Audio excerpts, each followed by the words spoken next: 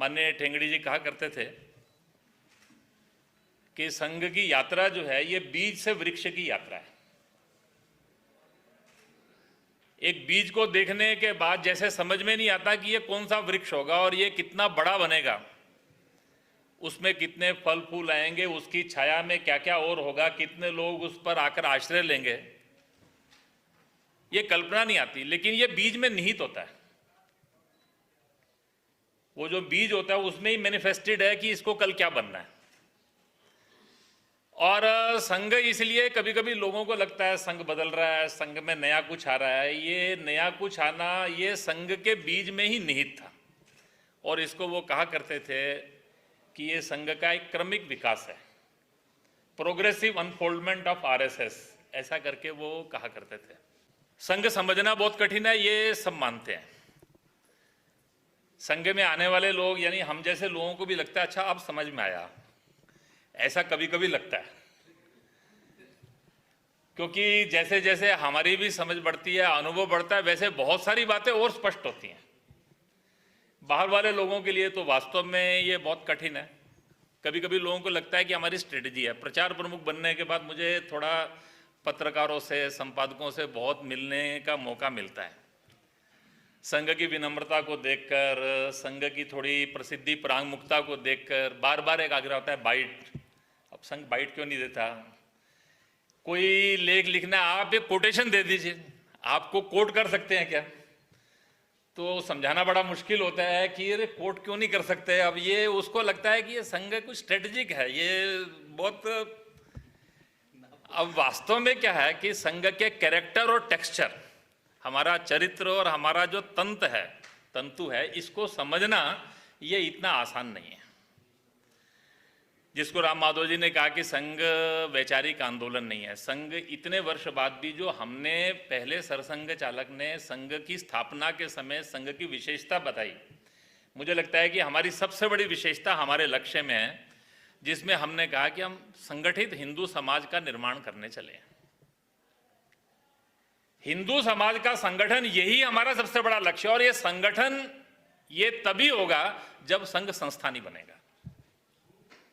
अगर संघ संस्था बन गया और संघ में कल्ट आ गया तो हम समाज का संगठन कैसे कर सकेंगे? We will become a part of an society.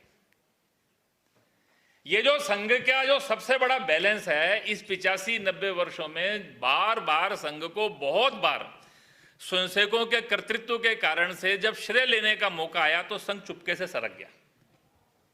ये लोगों को समझ में आता नहीं है। क्यों?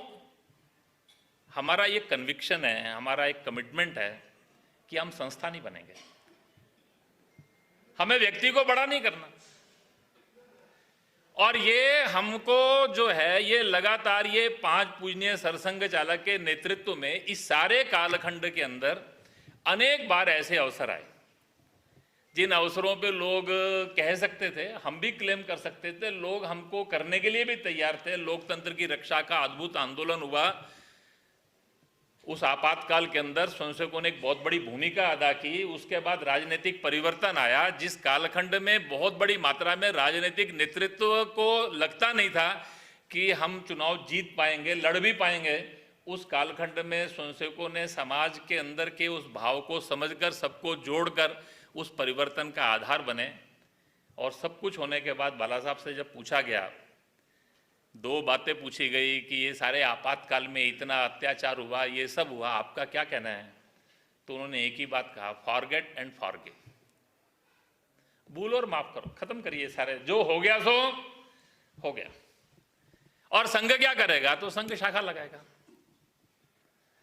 बड़े बड़े लोग कह रहे थे आप राजनीतिक दल में विलय करिए, संघ अपने संगठन की ताकत के आधार के ऊपर जनता पार्टी में एक बड़ी भूमिका अदा कर सकता था, महत्व की भूमिका अदा कर सकता था। ये सब बातें संभव थी, लेकिन ये सब संघ ने नहीं किया। उसका कारण यह है कि संघ का जो लक्ष्य है वो बड़ा अद्भुत है। संघ के संस्थापक के जीवन के कालखंड के अंदर ही हमने केवल लक्ष्य नहीं बताया, एक कार्य पद्धति का भी विकास क्रम किया, जिसके आधार पर हमने उस लक्ष्य को प्राप्त करना है। और वो सारा करने के लिए तात्कालिक बहुत सारे महत्वपूर्ण काम करने के लिए आएंगे और समाज के संगठन का स्थायी काम हमको करना है। इन दोनों का विवेक कैसे रखा जा सकता है, यह डॉक्टर साहब ने अपने जीवन में ही सबके सामने स्पष्ट कर दिया। देश की आजादी की लड़ाई है, हम उससे पीछे नहीं हटेंगे।